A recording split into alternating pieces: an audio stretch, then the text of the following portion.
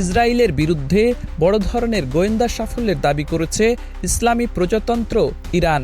দেশটির গোয়েন্দা মন্ত্রণালয় জানিয়েছে, একটি জটিল অভিযানের মাধ্যমে তারা ইসরায়েলের গোয়েন্দা সংস্থা মোসাদ সহ অন্যান্য সংস্থার হাজার হাজার গোপন নথি, ছবি ও ভিডিও সংগ্রহ করেছে। তেহরান দাবি করছে, এসব নথিতে রয়েছে ইসরায়েলের পারমাণবিক স্থাপনা, সামরিক পরিকল্পনা, দখলকৃত ফিলিস্তিনি ভূখণ্ডে পরিচালিত গোপন অভিযান এবং শীর্ষ নিরাপত্তা কর্মকর্তাদের তথ্য। এসব খবর প্রকাশ করেছে আন্তর্জাতিক সংবাদ মাধ্যম পার্স টুডে ও আল মায়াদিন।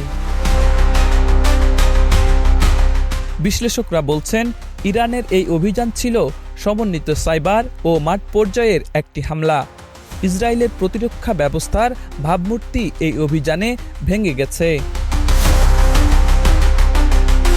আন্তর্জাতিক সংবাদ মাধ্যম আল মায়াদিন সূত্রে জানা গেছে, অভিযানের কাজ অনেক আগে থেকেই শুরু হয়েছিল, তবে সব তথ্য নিরাপদে ইরানে পৌঁছানোর পরেই বিষয়টি প্রকাশ করা হয়েছে।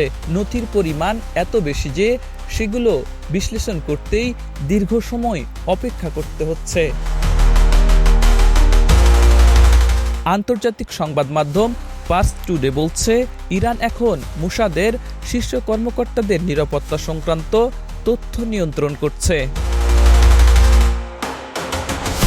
বিশ্লেষকদের মতে, এই অভিযানের মাধ্যমে ইরান শুধু কৌশলগত সুবিধাই অর্জন করেনি, বরং গোয়েন্দা লড়াইয়ে এক ঐতিহাসিক সাফল্যের দাবি করতে পারে।